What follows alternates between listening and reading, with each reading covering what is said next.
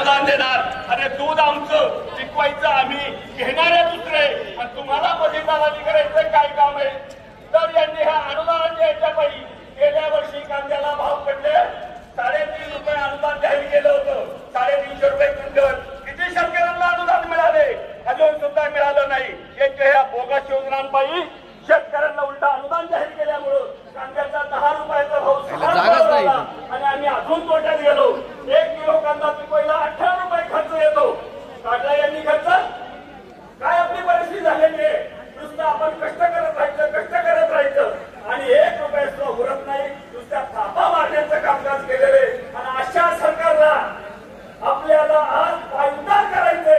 एकमुखाने सगळ्यांचा निषेध करा. जय हिंद, जय महाराष्ट्र. संस्काराची शिदोरी त्यांनी सत्यशील दादा दिली आणि म्हणून सचिन दादा आणि चांगल्या प्रकारे काम तालुक्यात करत आहे. विंदर कारखान्याचं काम त्यांनी 10 वर्षे अतिशय अप्रतिम असं केलेलं आहे. चांगली अशी बक्षिसं कारखान्याला मिळाली आहे. त्यामुळे दादांच्या पाठीशी आपण सर्व उभे राहणार आहात. जाता जाता एवढे म्हणून अंधार पडलाय दिवा पाहिजे, अंधार पडलाय दिवा पाहिजे.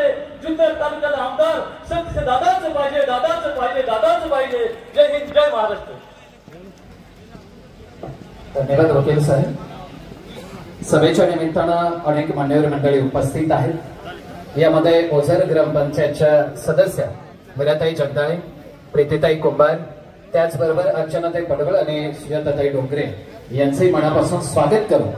यानंतर मनोगत व्यक्त करण्यासाठी मी विनंती करेन, खास आजच्या सभेसाठी पनवेलवरून उपस्थित होणारे पनवेल खांदा कॉलनीचे शिवसैनिक शिवभक्त क्रांतीनं भारावून गेलाय आणि म्हणून आज जुन्नर मतदारसंघामध्ये खास म्हणून आम्ही पनवेलवरून आमच्या अण्णा चौधरींचा फोन आला आणि डायरेक्ट हृदयाला जाऊन भिडला आणि आम्ही तुरंत या ठिकाणी आलो.